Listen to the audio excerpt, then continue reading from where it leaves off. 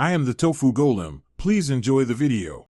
You start by getting devices on the same Wi-Fi and confirming the Yamaha unit is powered and discoverable. Open the Music Cast controller app because it locates devices automatically. This is faster than manual IP entry.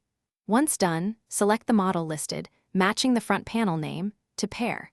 Make sure router isolation is off so devices can talk. This initial pairing establishes a control link. Without it, playback, grouping, and firmware checks won't work.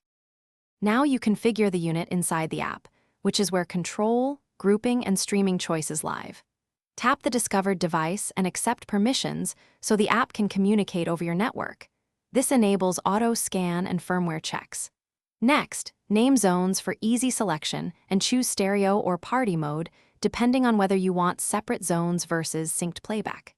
If a firmware update appears, apply it and restart the device. Updates fix bugs and improve compatibility, so don't skip them.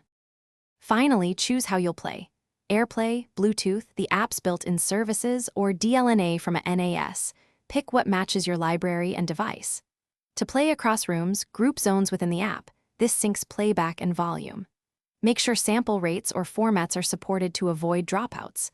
If things go wrong, reboot the router and Yamaha, then recheck app permissions and Wi-Fi band. This common troubleshooting step resolves most connectivity issues and restores control quickly.